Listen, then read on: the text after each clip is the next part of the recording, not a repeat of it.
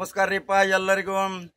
ಉತ್ತರ ಕರ್ನಾಟಕದ ಖಡಕ ಜವಾರಿ ಕಾಕ ಎಲ್ಲಿ ಬಂದಾನಂತ ತಿಳ್ಕೊಂಡಿರ್ಬೇಕು ನೀವು. ಇದು ಶಿಗ್ಗಾಂವ್ ಮತಕ್ಷೇತ್ರದ ಚುನಾವಣಾ ಸಮೀಕ್ಷೆ ಮಾಡ್ಕೋತ ಒಂದು ಪವಿತ್ರ ಯಾತ್ರಾ ಸ್ಥಳ ಕನಕದಾಸರ ಜನ್ಮಸ್ಥಳಕ್ಕೆ ಭೇಟಿ ಕೊಟ್ಟಾನ. ಆ ದೃಶ್ಯ ನಿಮಗೆ ತೋರ್ಸಾಕತ್ತಾನೆ, ಭಾಳ ಖುಷಿ ಆಗ್ಬೇಕಲ್ರಿ. ತಪಸ್ವಿಗಳ ನಾಡಿನಲ್ಲಿ ಅವರ ನೆರಳಿನಲ್ಲಿ ಬದುಕಬೇಕು, ಅವರ ಆದರ್ಶ ಸಿದ್ಧಾಂತಗಳನ್ನು ನಾವು ಪರಿಪಾಲನೆ ಮಾಡ್ಕೋಬೇಕು.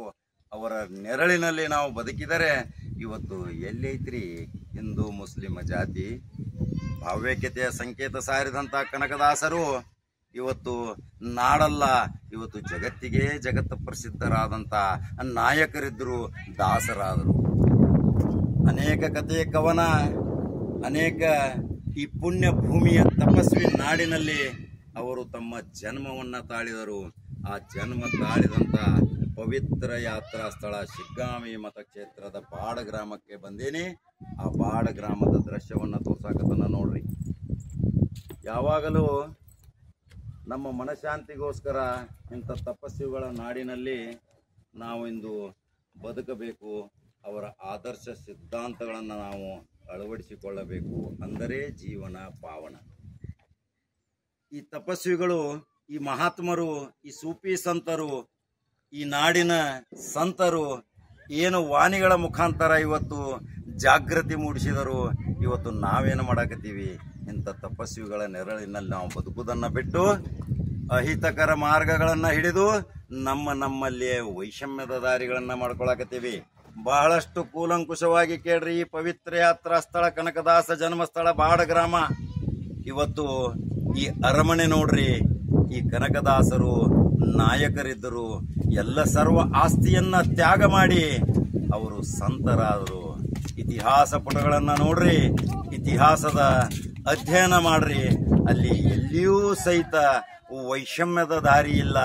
ಭಾವನಾತ್ಮಕ ಮತ್ತು ಭಾವ್ಯತೆಯ ಸಂಕೇತ ಸಾರಿ ಹೇಳಿದಂಥ ಸಂತರ ನಾಡು, ಈ ಸೂಫಿಗಳ ಬೀಡು. ಈ ಶಿಗ್ಗಾಂವಿ ಮತಕ್ಷೇತ್ರದಲ್ಲಿ ಅನೇಕ ದಾಸರಿದಾರ, ಮಹಾತ್ಮರಿದಾರ. ಶಿಶುನಾಳ ಶರೀಫರಂತ ಪುಣ್ಯ ಭೂಮಿಯ ಕರ್ಮಭೂಮಿಯ ನಾಡೆ ಇದೇ ಶಿಗ್ಗಾಂವಿ ಕ್ಷೇತ್ರ. ಶಿಗ್ಗಾಂವಿಯ ಮಹಾಜನತೆ ತುಂಬಾ ಪುಣ್ಯವಂತರು, ಹೃದಯವಂತರು. ಇಂಥ ಮಹಾನ್ ಪವಿತ್ರ ಸ್ಥಳಗಳಲ್ಲಿ ನೀವು ಹುಟ್ಟಿದಿರಿ, ಬದುಕಿದಿರಿ, ನಿಮ್ಮ ವ್ಯವಹಾರಗಳನ್ನು ಮಾಡ್ತಾ ಇದ್ದೀರಿ. ಭಾವ್ಯತೆಯ ಸಂಕೇತದಿಂದ ಇವತ್ತು ನೀವು ಜೀವನವನ್ನು ಸುಗಮವಾಗಿ ಮಾಡ್ತಾ ಇದ್ದೀರಿ. ಎಷ್ಟೊಂದು ಖುಷಿ ಅಲ್ರಿ. ಶಿಗ್ಗಾಂವ್ ತಾಲೂಕಿನವರು ಈ ಕಡೆ 10-12 ಕಿಲೋಮೀಟರ್ ಹೋದರೆ ಶಿಶುನಾಳ ಶರೀಫರು, ಅವರ ಗುರುಗಳಾದಂಥ ಗೋವಿಂದ ಭಟ್ಟರು. ನೋಡ್ರಿ ಹೆಂಗೈತಿ ಭಾವ್ಯತೆ ಸಂಕೇತ. ಇದೇ ಹುಲಗೂರ್ಗೆ ಹೋದ್ರಿ ಸೈಯದ್ ಖಾದ್ರಿ ಹಜರತ್ ಮಹಾ ಸೂಫಿಗಳು ಈ ನೆಲೆಬೇಡು ಇಂಥ ಹಿಂದೂ ಮುಸ್ಲಿಂ ಭಾವ್ಯತೆಯ ಸಂಕೇತಿನಲ್ಲಿ ಈ ನಾಡಿನ ಕೋಟೆಯನ್ನು ತೋರ್ಸಾಕ ಬಂದಾನ ಜವಾರಿ ಕಾಕ. ಇವತ್ತು ಬಹಳಷ್ಟು ಕುತೂಹಲದಿಂದ ನೋಡ್ರಿ. ಒಮ್ಮೆ ಪ್ರವಾಸದ ನೆಪದಲ್ಲಿ ನಿಮ್ಮ ಪರಿವಾರ ಸಮೇತ ಈ ಬಾಡ ಗ್ರಾಮ ಬಹಳಷ್ಟು ದೂರವಿಲ್ಲ. ಹಾವೇರಿ ಜಿಲ್ಲೆಯ ಶಿಗ್ಗಾಂವಿ ತಾಲೂಕಿನಿಂದ 10 ಕಿಲೋಮೀಟರ್ದಾಗ ಬಾಡ ಕನಕದಾಸರ ಜನ್ಮಸ್ಥಳ ನಿಮಗೆ ಸಿಗುತ್ತೈತಿ. ಇಲ್ಲೊಮ್ಮೆ ಭೇಟಿ ಕೊಡ್ರಿ. ಮಕ್ಕಳಿಗೆ ಇತಿಹಾಸ ಮತ್ತು ದಾಸರ ಕಥೆಗಳನ್ನು ಹೇಳುವ ಸಲುವಾಗಿ ಇವತ್ತು ಜವಾರಿ ಕಾಕ ಎಲ್ಲರಿಗೂ ಒಂದು ಜಾಗೃತಿ ಮೂಡಿಸುವಂಥ ಕಾರ್ಯಕ್ರಮ ಹಾಕೊಂಡಾನ. ಹಂಗ ಕೋಟೆ ಒಳಗೆ ಹೋಗುತ್ತನ್ರಿ, ಸಂಪೂರ್ಣ ದೃಶ್ಯ ತೋರ್ತೀನಿ. ಹೇಗಾಗಿ ನೋಡ್ಕೋತ ಹೊಂಟ್ರಿ, ಹೆಂಗೆ ಲೈಕ್ ಮತ್ತು ಶೇರ್ ಮಾಡ್ಕೋತ ಹೋಗ್ರಿ, ಅನಿಸಿಕೆಗಳನ್ನ ಹಾಕೋತ ಹೋಗ್ರಿ. ಚುನಾವಣಾ ಸಮೀಕ್ಷೆಗೆ ಬಂದಿದ್ನಿ.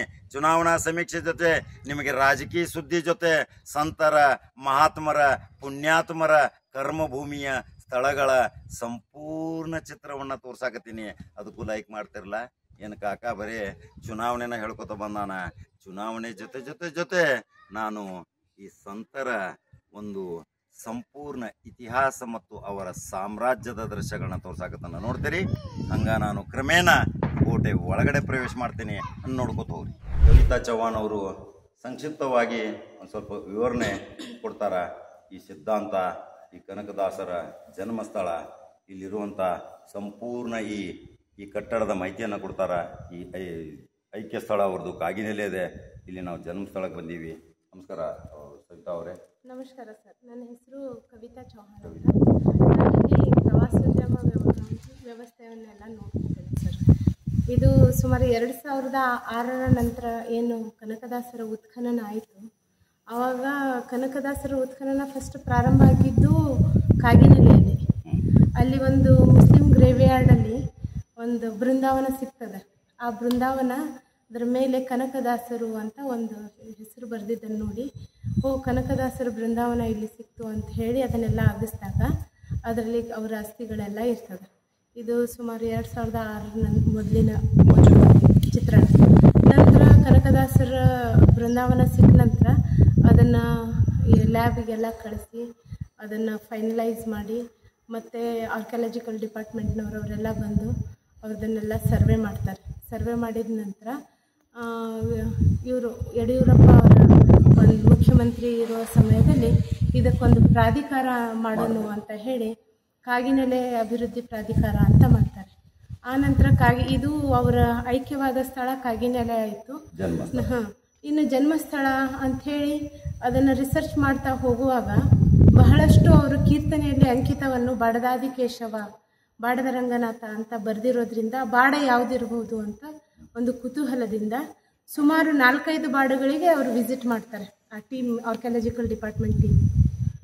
ಒಂದು ದಾವಣಗೆರೆ ಹತ್ತಿರ ಇರೋ ಬಾಡ, ಒಂದು ಧಾರವಾಡ ಹತ್ತಿರ ಇರೋ ಬಾಡ, ಒಂದು ನಮ್ಮ ಶಿಗ್ಗಾಂವಿ ತಾಲೂಕಿನ ನಮ್ಮ ಇವಾಗಿರುವಂತಹ ಬಾಡ, ಈ ಥರ ಮತ್ತೆ ಒಂದು ಬೇಲೂರು ಹತ್ತಿರ ಒಂದು ಬಾಡ ಇದೆ. ಆ ಬಾಡದಲ್ಲೆಲ್ಲ ಇದು ಸರ್ವೆ ಮಾಡಿದಾಗ ಕೊನೆಗೆ ಅವರಿಗೆ ಇಲ್ಲಿ ನಮ್ಮ ಬಾಡದ ಇದು ಶಿಗ್ಗಾಂವಿ ತಾಲೂಕಿನ ಬಾಡದಲ್ಲಿ ಒಂದು ದೊಡ್ಡ ಮಣ್ಣಿನ ದಿಬ್ಬ ಕಾಣ್ತದೆ. ಆ ಮಣ್ಣಿನ ದಿಬ್ಬದ ಕೆಳಗೇನಿದೆ ಅಂತ ಉತ್ಖನನ ಮಾಡಿಸಿದಾಗ ಕನಕದಾಸರ ಮೂಲ ಅರಮನೆಯ ಒಂದು ತಳಪಾಯ ಸಿಗ್ತದೆ. ಮತ್ತು ಅಲ್ಲಿರುವಂತಹ ಮಡಿಕೆಗಳು ಮತ್ತು ಸಣ್ಣ ಪುಟ್ಟ ಬಟ್ಟೆ ಚೂರುಗಳಿಂದ ಇದೇ ಕನಕದಾಸರ ಅರಮನೆ ಅಂತ ಅವರಿಗೆ ಫೈನಲೈಸ್ ಮಾಡಿ ಆರ್ಕಿಯಾಲಜಿಕಲ್ ಡಿಪಾರ್ಟ್ಮೆಂಟ್ನವರು ಕನಕದಾಸರ ಅರಮನೆ ಮತ್ತು ಅವರು ಕನಕದಾಸರು ಕಟ್ಟಿಸಿರುವಂತಹ ರಂಗನಾಥ ಸ್ವಾಮಿ ದೇವಸ್ಥಾನಕ್ಕೆ ಹೋಗುವಂತಹ ಒಂದು ದಾರಿ ಮತ್ತು ದೇವಸ್ಥಾನದ ದಾರಿ ಹತ್ತಿರ ಅವರಿಗೆ ಸಣ್ಣ ಪುಟ್ಟ ಇದು ಮೂರ್ತಿಗಳೆಲ್ಲ ಕಾಣಿಸಿಗ್ತದೆ. ಆವಾಗ ಅದನ್ನೆಲ್ಲ ಉತ್ಖನನ ಮಾಡಿದ ನಂತರ ಕನಕದಾಸರ ಹುಟ್ಟಿದ ಸ್ಥಳ ಬಾಡ ಬೇರೆ ಬೇರೆ ಬೇರೆ ಹತ್ತಿರ ಹುಡುಕಿರುವ ಬಾಡ ಅಲ್ಲ, ಶಿಗ್ಗಾಂವಿ ತಾಲೂಕಿನ ಬಾಡ ಅಂತ ಫೈನಲೈಸ್ ಮಾಡಿ ಕನಕದಾಸರ ಸ್ಮರಣಾರ್ಥವಾಗಿ ಇದೊಂದು ಗುಡ್ಡ ಇರ್ತದೆ. ಈ ಗುಡ್ಡದ ಮೇಲೆ ಅವರ ಪ್ರತಿಕೃತಿ ಮಾಡ್ತಾರೆ. ಅವರು ದಂಡನಾಯಕರಾಗಿದ್ದರ ಕಾರಣದಿಂದ ವಿಜಯನಗರ ಶೈಲಿಯ ಒಂದು ಅರಮನೆಯ ಮಾಡೆಲನ್ನು ಮಾಡಿ ಪ್ರವಾಸಿಗರಿಗೆ ಮುಕ್ತವಾಗಿ ವೀಕ್ಷಣೆ ಮಾಡೋಕ್ಕೆ ಅವಕಾಶ ಮಾಡಿಕೊಟ್ಟಿದ್ದಾರೆ. ಈ ಕನಕ ನಾಯಕರು ಅಂತಾರೆ. ಕನಕ ನಾಯಕರು ಅಂದರೆ ಇವರು ಒಂದು ರಾಜ ಇದ್ರ, ಏನು ಸಾಮ್ರಾಜ್ಯ ಸ್ಥಾಪನೆ ಮಾಡಿದ್ರು, ಆಮೇಲೆ ಸಂತರಾಗಿ ದಾಸರಾದರು. ಕನಕದಾಸರು, ಕನಕ ನಾಯಕರು ಅಂತ ಏನು ತಾವು ಕೇಳ್ತಾ ಇದ್ದೀರಿ, ಅದರ ಹಿನ್ನೆಲೆಯನ್ನು ತಕೊಂಡು ಹೋದರೆ ಕನಕದಾಸರು ಹುಟ್ಟಿರುವಂತಹ ಒಂದು ಸಿಚುವೇಶನ್ 1400ರಿಂದ 1500ನೇ ಶತಮಾನ. ಆ ಶತಮಾನದಲ್ಲಿ ವಿಜಯನಗರ ಆಳ್ವಿಕೆ ಇರ್ತದೆ. ಶ್ರೀಕೃಷ್ಣ ದೇವರಾಯ ವಿಜಯನಗರವನ್ನು ಆಳ್ತಾ ಇರ್ತಾರೆ. ಆವಾಗ ಏನಾಗ್ತದೆ, ಈ ಭಾಗ ಇದೆ ನಮ್ಮ ಇದು ಬಾಡ ಮತ್ತು ಬಂಕಾಪುರದ ಭಾಗ. ಇದಕ್ಕೆ ಗೋವೆಗೆ ಸರಿಯಾದ ಒಂದು ಮೇನ್ ರೋಡನ್ನು ಕಲ್ಪಿಸ್ತಾ ಇರುವಂಥ ಮತ್ತು 2 ರಾಜ್ಯಗಳ ಒಂದು ಹೆವಿ ವೇಟೇಜ್ ಇರುವಂಥ ಸ್ಥಳ. ಯಾಕಂದರೆ ಈ ಮಾರ್ಗವಾಗಿ ನಮಗೆ ಗೋವೆಗೆ ಹೋಗ್ಲಿಕ್ಕೆ ಸರಿಯಾದ ಮಾರ್ಗ ಸುಗಮ ದಾರಿ ಸಿಗ್ತದೆ. ಜೊತೆಗೆ ಇಲ್ಲಿ 2 ಆಳ್ವಿಕೆಗಳು ಕಾಣಿಸಿರ್ತವೆ. ಒಂದು ವಿಜಯನಗರದ ಆಳ್ವಿಕೆ, ಇನ್ನೊಂದು ಬಿಜಾಪುರದ ಆದಿಲ್ ಶಾಹಿಗಳ ಆಳ್ವಿಕೆ. ಅವರು ಸವಣೂರಿನ ಆ ಕಡೆ ಇರ್ತದಲ್ಲ, ಅದು ಆದಿಲ್ ಶಾಹಿಗಳ ಆಳ್ವಿಕೆಗೊಳಪಟ್ಟಿರ್ತದೆ. ಬಾಡ ಮತ್ತು ಬಂಕಾಪುರದ ಈ ಕಡೆ ಭಾಗ ಏನಿರ್ತದೆ ಇದು ವಿಜಯನಗರ ಸಾಮ್ರಾಜ್ಯಕ್ಕೆ ಸಂಬಂಧಪಟ್ಟಿರ್ತದೆ. ಅದಕ್ಕೆ ಇದೊಂದು ಶಕ್ತಿ ಕೇಂದ್ರ ಅಂತಲೇ ಅನ್ಬೇಕು. ಇಲ್ಲಿ ಯಾವ ರಾಜರ ಒಡೆತನ ಸ್ಥಾಪಿತ ಆಗ್ತದೋ ಅದು ಗೋವೆಗೆ ಹೋಗುವ ಒಂದು ಹೆದ್ದಾರಿ ಸುಂಕವನ್ನು ವಸೂಲಿ ಮಾಡುವಂತ ಕೇಂದ್ರ ಸ್ಥಳ, ಚೆಕ್ ಪೋಸ್ಟ್ ಇದ್ದ ಹಾಗೆ. ಆ ಕಾರಣದಿಂದ ಇದು ಪ್ರತಿಷ್ಠಿತ 2 ಸಾಮ್ರಾಜ್ಯಗಳಿಗೆ. ಅದಕ್ಕೆ ಇಲ್ಲಿ ಇಲ್ಲಿ ಆಳಲ್ಪಡುವಂತ ದಂಡನಾಯಕ ಸ್ಟ್ರಾಂಗ್ ಆಗೇ ಇರಬೇಕು. ಆ ಕಾರಣದಿಂದ ಹಂಡೇಗುರುಬ ಮನೆತನದ ಈ ಹಾಲು ಮತದ ಬೀರಪ್ಪ ನಾಯಕ ಅನ್ನೋರ್ನ ನೇಮಿಸ್ತಾರೆ. ನೇಮಿಸಿ ಬೀರಪ್ಪ ನಾಯಕ ಈ ಭಾಗದ 78 ಹಳ್ಳಿಗಳಿಗೆ ಅವರು ದಂಡನಾಯಕರಾಗಿರ್ತಾರೆ. ಮುಂದೇನಾಗ್ತದೆ, ಅವ್ರ ದಂಡನಾಯಕತ್ವದಲ್ಲಿ ಎಲ್ಲ ಸುಗಮವಾಗಿ ಸಾಕ್ತಿರಬೇಕಾದ್ರೆ ಅವರಿಗೆ ಬಚ್ಚಮ್ಮ ಅಂತ ಮಡದಿ ಜೊತೆ ಮದುವೆ ಆಗ್ತದೆ. ಮದುವೆ ಆದ ನಂತರ ಸುಮಾರು ವರ್ಷಗಳು ಹೋದ್ರೂ ಕೂಡ ಮಕ್ಕಳಾಗಿರಲ್ಲ. ಆವಾಗ ಅವರ ಕುಲದೈವವಾದಂಥ ತಿರುಪತಿ ತಿಮ್ಮಪ್ಪನಲ್ಲಿ ಹರಕೆ ಹೊತ್ತ ನಂತರ ಒಂದು ಗಂಡು ಮಗು ಹುಟ್ಟುತ್ತದೆ, ಅದರ ಹೆಸರು ತಿಮ್ಮಪ್ಪ ನಾಯಕ ಅಂತ ಹೇಳ್ತಾರೆ. ಆ ತಿಮ್ಮಪ್ಪ ನಾಯಕ ಮುಂದೆ ಕನಕ ನಾಯಕ, ನಂತರ ಕನಕದಾಸರು ಹೇಗಾಗಿ ಮಾರ್ಪಾಡ್ತಾರ, ನಾನು ಪೇಂಟಿಂಗ್ಸ್ ಮುಖಾಂತರ ತಮಗೆ ವಿವರಣೆ ಕೊಡ್ತಾ ಹೋಗ್ತೇನೆ. ಇವಾಗ ಕನಕ ನಾಯಕರು ಯಾರು ಹುಟ್ಟಿರುವಂತಹ ಒಂದು ವಿಷಯವನ್ನು ತಮಗೆ ತಿಳಿಸಿದೆ. ಇವಾಗ ಕನಕ ನಾಯಕರು ಕನಕದಾಸರಾಗಿ ಮಾರ್ಪಾಡುವ ಒಂದು ಸನ್ನಿವೇಶಗಳನ್ನ ಒಳಗೆ ಪೇಂಟಿಂಗ್ಸ್ ಮುಖಾಂತರ ಒಂದು ಸೀನನ್ನು ಕ್ರಿಯೇಟ್ ಮಾಡಿದ್ದಾರೆ, ಅವರು ಹುಟ್ಟಿದ್ರಿಂದ ಹಿಡಿದು ಅವರ ಅಂತ್ಯದವರೆಗೂ ಕೂಡ. ಇವಾಗ ಈ ಅರಮನೆಯ ಪ್ರಾಂಗಣದಲ್ಲಿ ನಾವೇನು ನೋಡ್ತಾ ಇದ್ದೀವಿ ಎಲ್ಲ ಪೇಂಟಿಂಗ್ಸ್ಗಳು, ಇವು ಕನಕದಾಸರ ಬರೆದಿರುವಂತಹ ಸಾಹಿತ್ಯಕ್ಕೆ ಸಂಬಂಧಪಟ್ಟಿರುವಂಥದ್ದು. ಇವಾಗ ನಾವು ವಿಶ್ಲೇಷಣೆ ಮಾಡಿ ಹೇಳಬೇಕಂದ್ರೆ ಈ ಶರಣ ಸಾಹಿತ್ಯ, ದಾಸ ಸಾಹಿತ್ಯ ಬೇರೆ ಬೇರೆ ಸ್ತರವಾದಂತಹ ಸಾಹಿತ್ಯಗಳು. ಅದರಲ್ಲಿ ಶರಣ ಸಾಹಿತ್ಯದಲ್ಲಿ ನಾವು ವಚನಗಳನ್ನ, ಬೆಳಗಿನ ವಚನಗಳನ್ನ ಕಂಡ್ರೆ, ದಾಸ ಸಾಹಿತ್ಯದಲ್ಲಿ ನಾವು ಕೀರ್ತನೆಗಳು, ಮುಂಡಿಗೆಗಳು, ಉಗಾಭೋಗಗಳು, ಸುಳಾದಿಗಳು, ಮತ್ತೆ ಕನಕದಾಸರ ವಿಶೇಷತೆನೇ ಮುಂಡಿಗೆಗಳನ್ನ ಹೆಚ್ಚು ಕಡಿಮೆ ಹೇಳಬೇಕಂದ್ರೆ ಒಂದೊಂದು ಮುಂಡಿಗೆ ಒಂದೊಂದು PhD ಸೆಮಿನಾರ್ ಮಾಡಬಹುದು, ಅಷ್ಟು ಕ್ಲಿಷ್ಟಕರವಾಗಿದ್ದವು. ಅದರಲ್ಲಿ ಕನಕದಾಸರು ಕೆಲವೊಂದು ಈ ಕೀರ್ತನೆಗಳನ್ನ ಹಾಕಿದ್ದೀವಿ. ಸತ್ಯವಂತರ ಸಂಘವಿರಲು ತೀರ್ಥವ್ಯಾತಕ್ಕೆ, ನಿತ್ಯ ಜ್ಞಾನಿ ಆದ ಮೇಲೆ ಚಿಂತೆ ಯಾತಕ್ಕೆ ಅಂತ.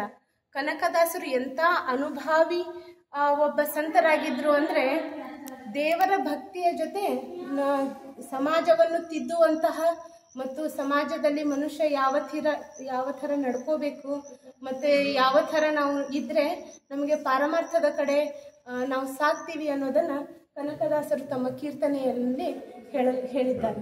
ಹಾಗೆ ಇವೆಲ್ಲ ಮುಂಡಿಗೆ ಜಪವ ಮಾಡಿದರೇನು, ತಪವ ಮಾಡಿದರೇನು, ವಿಪರೀತ ಕಪಟ ಗುಣ ಕುಲಶವಿದ್ದವರು ಅಂತ ಹೇಳಿದ್ದಾರೆ. ನಾವು ಮನಸ್ಸಲ್ಲಿ ಒಂದಿಟ್ಕೊಂಡು ಜಪ, ತಪ, ಅನುಷ್ಠಾನ, ಹೋಮ, ಹವನಗಳನ್ನ ಮಾಡ್ತೀವಿ. ಬಟ್ ಮನಸ್ಸಲ್ಲಿ ಕಲುಷ ಇದ್ರೆ ಅದು ಎಂತಕ್ಕೆ ಯೂಸ್ ಅಂತ ಕನಕದಾಸರು ಆವಾಗಿನ ಕಾಲ 14ನೇ ಶತಮಾನದಲ್ಲೇ ಹೇಳಿದ್ದಾರೆ.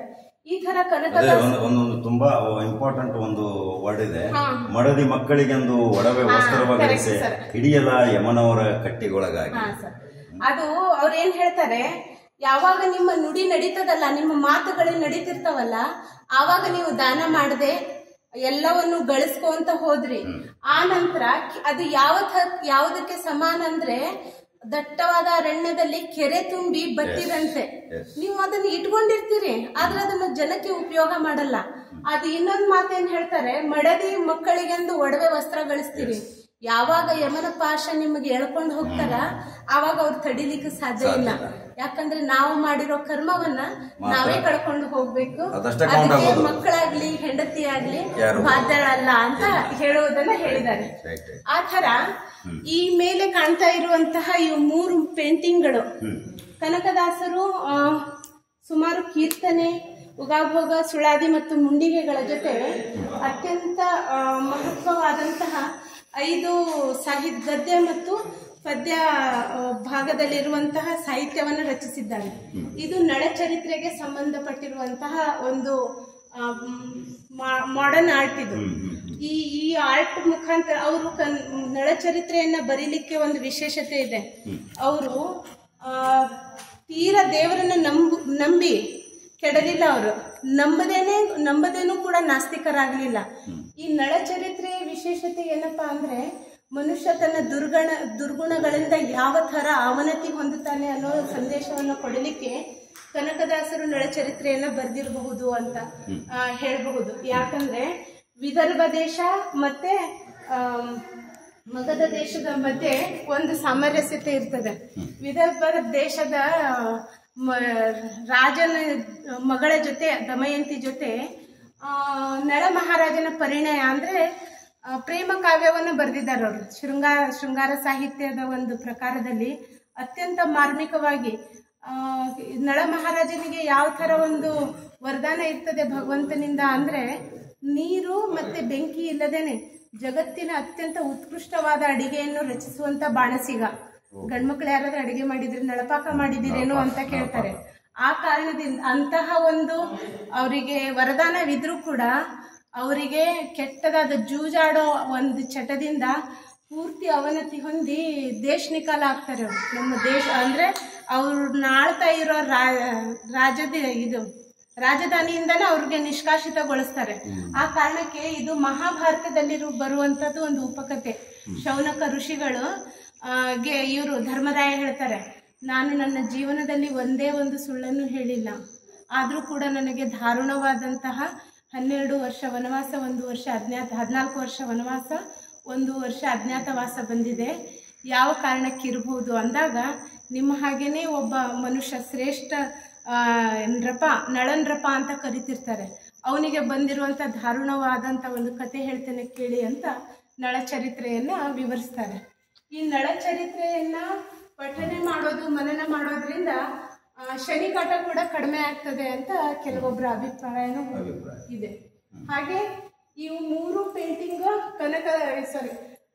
ನಳ ಮಹಾರಾಜ ಮತ್ತು ದಮಯಂತಿಯ ಪರಿಣಯ, ಮತ್ತೆ ಅವರು ಅಡವಿ ಪಾಲಾಗಿದ್ದು ಇದು. ಆನಂತರ ಅಡವಿಯಲ್ಲಿ ಮಧ್ಯರಾತ್ರಿ ದಮಯಂತಿಯನ್ನ ಬಿಟ್ಟು ಅವ್ರು ತಾವೊಬ್ಬರೇ ನನ್ನ ಬಂದ ಕಷ್ಟವನ್ನು ನಾನು ಒಬ್ಬನೇ ಕಳ್ಕೊತೀನಿ ಅಂತ ಹೋಗ್ತಾರೆ. ಕೊನೆಗೆ ಒಬ್ಬ ರಾಜನ ಹತ್ರ ಬಾಹುಕ ಎಂಬ ಋತುಪರ್ಣ ರಾಜನ ಹತ್ರ ಬಾಹುಕ ಎಂಬ ಹೆಸರಿನ ಸಾರಥಿಗನಾಗಿ ಕೊನೆಗೆ 7.5 ವರ್ಷ ಕಷ್ಟವನ್ನೆಲ್ಲ ಅನುಭವಿಸಿ ಕೊನೆಗೆ ಅವರು ಮುಕ್ತಿಯನ್ನು ಹೊಂದುತ್ತಾ ಇರುವಂತ ಒಂದು ಸನ್ನಿವೇಶ. ಅದೇ ತರ ಕನಕದಾಸರು ಸುಮಾರು ಮುಂಡಿಗೆಗಳನ್ನ ಇಲ್ಲಿ ನಾವು ಡಿಸ್ಪ್ಲೇ ಮಾಡಿದ್ದೀವಿ. ಇಲ್ಲಿ ಬರುವಂತಹ ಯಾತ್ರಾರ್ಥಿಗಳಿಗೆ ನನ್ನ ಒಂದು ಸಣ್ಣ ಮನವಿ ಏನಪ್ಪಾ ಅಂದ್ರೆ, ಬಂದು ಔಟ್ಲುಕ್ ನೋಡ್ಕೊಂಡು ಹೋಗ್ಬೇಡಿ. ಒಂದು 10-15 ನಿಮಿಷ ಸ್ಪೆಂಡ್ ಮಾಡಿ ಏನು ಬರ್ದಿದ್ದಾರೆ, ಯಾಕೆ ಬರ್ದಿದ್ದಾರೆ, ಇದರ ಅರ್ಥ ಏನು, ಇದರಿಂದ ನಾವು ಏನನ್ನ ತಿಳ್ಕೋಬಹುದು ಅನ್ನೋದನ್ನ ದಯವಿಟ್ಟು ಅದನ್ನ ನೋಡ್ಕೊಂಡು ಮನನ ಮಾಡ್ಕೊಂಡು ಹೋದ್ರೆ ತುಂಬಾ ಚೆನ್ನಾಗಿರ್ತದೆ ಅಂತ ತಿಳಿಸಕ್ಕೆ. 98 ವರ್ಷ ಬದುಕ್ತಾರೆ. ಅವ್ರು ಕನಕದಾಸರು ಬದುಕಿ ಬಾಳಿದಂತಹ ಸಿಚುವೇಶನ್ ವಿಸ್ತೃತ ಮಾಡಿ ಹೇಳ್ಬೇಕಂದ್ರೆ ಎಲ್ಲಾ ಥರದ ಜೀವನವನ್ನ ಕಂಡ್ರು ಅವರು. ಒಂಥರ ರಾಜನ ದಂಡನಾಯಕನಾಗಿ ಆಳಿ ಅತ್ಯಂತ ಶ್ರೀಮಂತಿಕೆಯನ್ನು ಕಂಡು ಮೆರೆದಂಥವರು ಕೊನೆಗೆ ತಿನ್ನಲಿಕ್ಕೆ ಕೂಳಿಲ್ದಾಗೆ ದಾಸಯ್ಯನಾಗಿ ಹೋಗುವಂತ ಎರಡೂ ತಮ್ಮ ಅತ್ಯಂತ ಉನ್ನತ ಅತ್ಯಂತ ಅಧಮವಾದ ಸ್ಥಿತಿಯನ್ನು ಕೂಡ ಕಂಡ ಏಕೈಕ ದಾಸರಂದ್ರೆ ನಮ್ಮ ಕನಕದಾಸರನ್ನ. ಈ ಹಾಲಲ್ಲಿ ಕನಕದಾಸರ ಜೀವನ ಚರಿತ್ರೆಗೆ ಸಂಬಂಧಪಟ್ಟಿರುವಂತಹ ಪೇಂಟಿಂಗ್ ಮ್ಯೂಸಿಯಂ ಅನ್ನ ನೋಡ್ತಾ ಇದ್ದೀವಿ ಇವಾಗ. ಇದು ಮೊದಲನೇ ಪೇಂಟಿಂಗ್. ಕನಕದಾಸರ ತಂದೆ ವೀರಪ್ಪ ನಾಯಕ ಮತ್ತು ಬಚ್ಚಮ್ಮ ಅವರು ತಿರುಪತಿ ತಿಮ್ಮಪ್ಪನ ಸಂತಾನ ಭಾಗ್ಯಕ್ಕಾಗಿ ತಿರುಪತಿ ತಿಮ್ಮಪ್ಪನ ದರ್ಶನದ ಯಾತ್ರೆಯನ್ನು ಕೈಗೊಂಡಿರುವಂತಹ ಒಂದು ಸನ್ನಿವೇಶ. ಅದಾದ ನಂತರ ಕೋಇನ್ಸಿಡೆಂಟ್ಲಿ ಅವರಿಗೆ ವರ್ಷ ತುಂಬುವಷ್ಟರೊಳಗೆ ಒಂದು ಗಂಡು ಮಗುವಿನ ಜನನ ಆಗ್ತದೆ. ಆ ಮಗುವಿನ ಹೆಸರು ತಿಮ್ಮಪ್ಪ ನಾಯಕ ಅಂತ ಹೆಸರಿಡ್ತಾರೆ. ಅದೇ ಮಗು ಬೆಳೀತಾ ಬೆಳೀತಾ ಒಂದು ಪ್ರವರ್ಧಮಾನಕ್ಕೆ ಬರುವಾಗ ಎಷ್ಟು ಶಾಂತ ಮತ್ತೆ ಸದ್ಗುಣವುಳ್ಳಂತ ಮಗು ಇರ್ತದೆ ಅಂದ್ರೆ ಅಲ್ಲಿ ಆ ಸರಿಶ್ರಪದಂತ ಸರಿಶ್ರಪವನ್ನು ಕೂಡ ಅವರು ಏನ್ ಮಾಡ್ತಾರೆ, ಅದನ್ನ ಹೊಡಿಬೇಡ್ರಿ, ಅದು ನಮ್ಮ ಥರನೇ ಜೀವ ಇರುವಂತ ಒಂದು ಜೀವಿ, ಅದನ್ನ ಹೊಡೆದ್ರೆ ಅದು ಸಾಯ್ತದೆ, ನಮ್ಗೆ ಸಮಸ್ಯೆ ಆಗ್ತದೆ ಅಂತ ಹೇಳಿ ತನ್ನ ಗೆಳೆಯರೊಂದಿಗೆ ಆಡ್ತಾ ಇರುವಂತ ಒಂದು ಸನ್ನಿವೇಶ.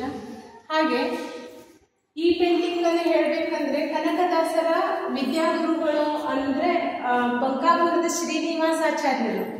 ಬಂಕಾಪುರದ ಒಬ್ಬ ಗುರುಗಳನ್ನ ಕಲಿಸಿ ಅವರಿಗೆ ವಿದ್ಯಾಭ್ಯಾಸವನ್ನು ಕೊಡಿಸ್ತಾ ಇರುವಂತದ್ದು. ವೀರಪ್ಪ ನಾಯಕರಿದ್ದಾರೆ, ಬಚ್ಚಮ್ಮ ಅವರಿದ್ದಾರೆ.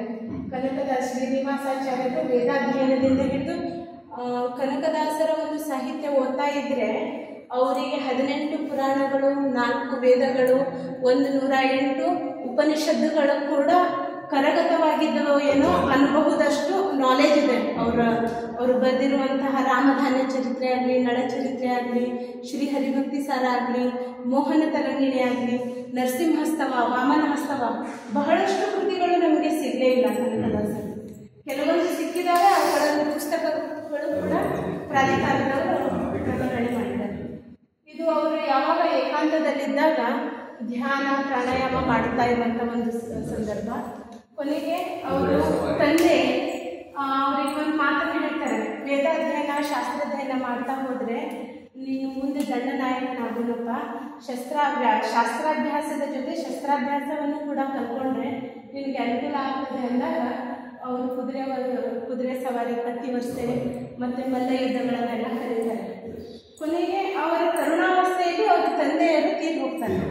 ತೀರ್ ಹೋದಾಗ ಅವರಿಗೆ ಮುಂದಿನ ದಂಡನಾಯಕರು ಯಾರು ಅಂತ ಕೃಷ್ಣದೇವರಾಯರು ಕೇಳಿದಾಗ ಮುಂದಿನ ದಂಡನಾಯಕರು ಬೀರಪ್ಪ ನಾಯಕರ ಮಗ ತಿಮ್ಮಪ್ಪ ನಾಯಕರಾಗಲಿ ಅಂತ ಹೇಳ್ತಾರೆ. ಅವಾಗ ಅವರಿಗೆ ಪಟ್ಟಾಧಿಕಾರ ಆಗ್ತದೆ.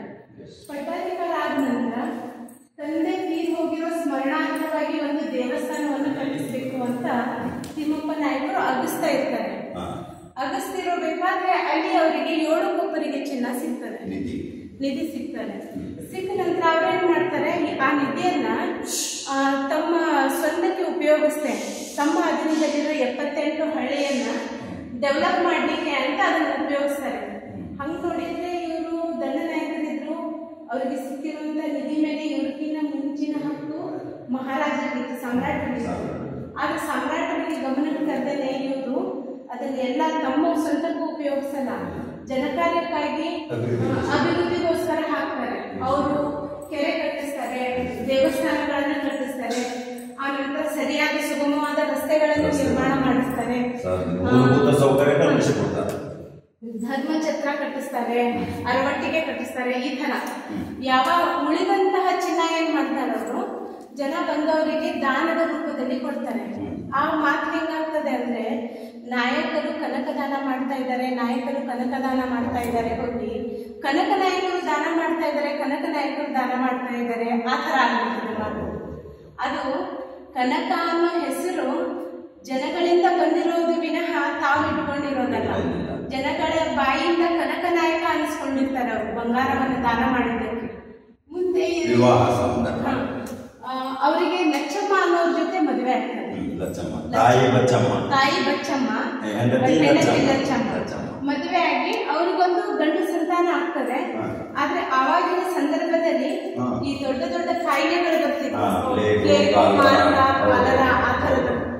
ಆ ಕಾಯಿಲೆಯಲ್ಲಿ ಅವರ ತಾಯಿ, ಹೆಂಡತಿ, ಮಗು ಒಂದೇ ಸರಿ ತೀರ್ ಹೋಗ್ತಾರೆ, ಸ್ವಲ್ಪ ದಿನದ ಡಿಫ್ರೆನ್ಸ್ ಒಳಗೆ. ಈ ದುಃಖದಲ್ಲಿ ಇರೋದನ್ನ ಕನಕದಾಸರಿ ಈ ದುಃಖದಲ್ಲಿ ಇರೋದನ್ನ ನೋಡಿ ಆದಿಶಾಹಿಗಳು ಅವ್ರ ಮೇಲೆ ಯುದ್ಧಕ್ಕೆ ಬರ್ತಾರೆ, ಆಕ್ರಮಣ ಮಾಡ್ತಾರೆ. ಆಕ್ರಮಣ ಮಾಡಿದಾಗ ಆ ಯುದ್ಧದಲ್ಲಿ ಏನಾಗ್ತದೆ, ಕನಕ ನಾಯಕರು ಪರಾಭವಗೊಂಡ್ಬಿಡ್ತಾರೆ. ಸೋತು ಇನ್ನೇನು ಕನಕ ನಾಯಕ ಸತ್ತೇ ಹೋದ್ರು ಅಂತ ಹೇಳಿ ಹೋಗಿ ಇವ್ರನ್ನೆಲ್ಲ ಸಾಯಿಸಿ ಅರಮನೆ ಲೂಟಿ ಮಾಡೋದು, ದೇವಸ್ಥಾನದ ಮಡದ ಹಾಕೋದು, ಈ ತರ ಮಾಡ್ತಿರ್ತಾರೆ. ಇವರು ಮುಂಚೆ ಅರಪ್ರಜ್ಞಾವಸ್ಥೆಗೆ ಬಿದ್ದಿರುವಾಗ ಇನ್ನಾದರೂ ನನ್ನ ದಾಸನಾಗು ಕನಕ, ಇನ್ನಾದರೂ ನನ್ನ ದಾಸನಾಗು ಕನಕ ಅನ್ನೋ ಅಶರೀರವಾಣಿ ಕೇಳ್ತದಂತೆ. ಕನಕದಾಸರು ಅವರ ಕೃತಿಗಳಲ್ಲಿ ಮತ್ತೆ ಅವರ ಜೀವನ ಚರಿತ್ರೆಯಲ್ಲಿ ಬರ್ತದಲ್ಲ, ಇನ್ನಾದರೂ ನನ್ನ ದಾಸನಾಗು ಕನಕ ಅಂತ ನನ್ನನ್ನು ಯಾರು ಕೂಗ್ತಾ ಇದ್ದಾರೆ ಅಂತ ಅವ್ರು ಎದ್ದು ನೋಡಿದಾಗ ಒಬ್ಬ ಸಣ್ಣ ಕೃಷ್ಣ, ಒಬ್ಬ ಸಣ್ಣ ಬಾಲಕನ ರೂಪದಲ್ಲಿ ಆ ಥರ ಕೂಗ್ತಾ ಇದ್ದಾರೆ. ನೀನು ಯಾರಪ್ಪ, ನಿನ್ನ ದಾಸನಾಗ ಯಾಕೆ ಆಗ್ಬೇಕು ನಾನು ಅಂತ ಕೇಳಿದಾಗ, ಬಹುದಿನಗಳ ಹಿಂದೆ ನಿಮ್ಮ ತಂದೆ ತಾಯಿಗೆ ಮಕ್ಕಳಿಲ್ಲದ ಕಾಲದಲ್ಲಿ ಮುಂದೆ ನನಗೊಂದು ಗಂಡು ಸಂತಾನ ಕೊಟ್ಟಿದ್ದೆ, ಆತಂದ್ರೆ ನಿನ್ನ ದಾಸನನ್ನಾಗಿ ಮಾಡ್ತೀನಿ ಅಂತ ನಿಮ್ಮ ತಾಯಿ ಕೇಳ್ಕೊಂಡಿದ್ರು. ಆ ಕಾರಣದಿಂದ ನೀನು ನನ್ನ ದಾಸನಾಗು ಅಂತ ಹೇಳ್ತಾರೆ. ಅವಾಗ ಕನಕ ನಾಯಕರು ಹೇಳ್ತಾರೆ, ನಾನು ರಾಜ್ಯ ಆಳುವವನು ಅಂತೂ ನಿನ್ನ ದಾಸ ಆಗಿ ಭಿಕ್ಷೆ ಬೇಡ್ಕೊಂತ ಓಡಾಡಲ್ಲ ಅಂತ ಹೇಳ್ತಾರೆ. ಅದೇ ನಿನ್ನ ನಿಜವಾದ ನಿನ್ನ ಹುಟ್ಟಿಗೆ ಕಾರಣ ಆಗೋದೇ ದಾಸತ್ವ. ನಿನ್ನನ್ನು ದಾಸನಾಗಲೇಬೇಕು ಅಂತ ಸುಮಾರು ಪರೀಕ್ಷೆಗಳನ್ನು ಒಳಪಡ್ತಾರೆ ಅವರು ಕನಕನಾಥರು. ನಂತರ ಅವ್ರೇನು ಮಾಡ್ತಾರೆ, ಆಯಿತು ನಾನು ನಡೆಸೋದಪ್ಪ, ನಾನು ದಾಸ ಭಿಕ್ಷೆಯನ್ನು ಪಡಿತೀನಿ ಅಂತ ಹೇಳಿ ನನ್ನ ಅಧಿಕಾರವನ್ನು ಹಸ್ತಾಂತರಿಸಬೇಕಲ್ಲ, ವಿಜಯನಗರಕ್ಕೆ ಹೋಗ್ತಾರೆ. ವಿಜಯನಗರಕ್ಕೆ ಹೋಗಬೇಕು ಅಂತ ಹೋಗುವಾಗ ರಣರಂಗದಿಂದ ಬಾಡಕ್ಕೆ ಬರ್ತಾರೆ. ಅಲ್ಲಿ ಬಂದು ನೋಡಿದ್ರೆ ಅವರು ಪೂರ್ತಿ ಅರಮನೆಯನ್ನ ಒಡೆದು ಹಾಕಿರ್ತಾರೆ, ದೇವಸ್ಥಾನ ಒಡೆದು ಹಾಕಿರ್ತಾರೆ. ನಾನು ದೇವಸ್ಥಾನದ ಹತ್ರ ಹೋಗಿ ನೋಡುವಾಗ ಒಂದು ಆದಿಕೇಶ್ವರನ ಸಣ್ಣ ಮೂರ್ತಿಯನ್ನು ಬಿಟ್ಟರೆ ಎಲ್ಲವನ್ನೂ ಕೂಡ ಧ್ವಂಸಗೊಳಿಸಿರ್ತಾರೆ. ಆ ಮೂರ್ತಿಯನ್ನು ತಗೊಂಡು ಅವ್ರು ಏನು ಮಾಡ್ತಾರೆ, ಅವರ ಅಧೀನದಲ್ಲಿರುವಂತಹ ಕಾಗಿನೆಲೆಗೆ ಹೋಗ್ತಾರೆ. ಕಾಗಿನೆಲೆಯಲ್ಲಿ ಹೋಗಿ ಅಲ್ಲಿರುವಂಥ ಪ್ರಸನ್ನ ನರಸಿಂಹ ದೇವಸ್ಥಾನದಲ್ಲಿ ಆ ಮೂರ್ತಿಯನ್ನು ಪ್ರತಿಷ್ಠಾಪನೆ ಮಾಡಿ ಅಲ್ಲಿ ಪೂಜಾ ಕೈಂಕರ್ಯವನ್ನ ಪೂಜಾರಿಗಳಿಗೆ ಒಪ್ಪಿಸಿ ವಾಪಸ್ ಅವರು ವಿಜಯನಗರಕ್ಕೆ ಬರ್ತಾರೆ. ಬಂದು ರಾಜನಲ್ಲಿ ಅರಿಕೆ ಮಾಡ್ಕೋತಾರೆ, ನಾನು ಈ ಥರ ದಂಡನಾಯಕತ್ವವನ್ನು ಬಿಡ್ತಾ ಇದ್ದೀನಿ, ನಾನು ದಾಸನಾಗಬೇಕು ಅಂದ್ಕೊಂಡಿದ್ದೀನಿ ಅಂತ. ಅವಾಗ ಕುಲಗುರು ತಾತಾಚಾರ್ಯರನ್ನ ಭೇಟಿಯಾಗಿ ಅಂತ ರಾಜ ಅವರಿಗೆ ಮಾತು ಹೇಳ್ತಾರೆ. ತಾತಾಚಾರ್ಯರಿಗೆ ಹೋಗಿ ಕೇಳಿದರೆ, ನಾನು ಶ್ರೀವೈಷ್ಣವನಾಗಿರೋ ಕಾರಣದಿಂದ ನಿಮಗೆ ದೀಕ್ಷೆಯನ್ನು ಕೊಡ್ಲಿಕ್ಕೆ ಬರಲ್ಲ, ನೀವು ಹೋಗಿ ವ್ಯಾಸರಾಯರನ್ನ ಭೇಟಿಯಾಗಿರಿ ಅಂತ ಹೇಳ್ತಾರೆ. ವ್ಯಾಸರಾಯರು ಎಲ್ಲಿದ್ದಾರೆ ಅಂತ ಕೇಳಿದಾಗ ಕೃಷ್ಣದೇವರಾಯರಿಗೆ ಕುಹುಯೋಗ ಬಂದಿದೆ. ಆ ಕುಹುಯೋಗ ಪರಿಹಾರ್ಥವಾಗಿ ಅವರು ಒಂದು ಕೆರೆ ಕಟ್ಟಿಸ್ತಾ ಇದ್ದಾರೆ ಆಂಧ್ರ ಪ್ರದೇಶದ ಮದನಪಲ್ಲಿಯಲ್ಲಿ. ಅಲ್ಲಿ ಹೋಗಿ ನೀವು ಅವ್ರನ್ನ ಕಾಣಲಿ ಅಂತ ಅವರು ಆಂಧ್ರ ಪ್ರದೇಶದ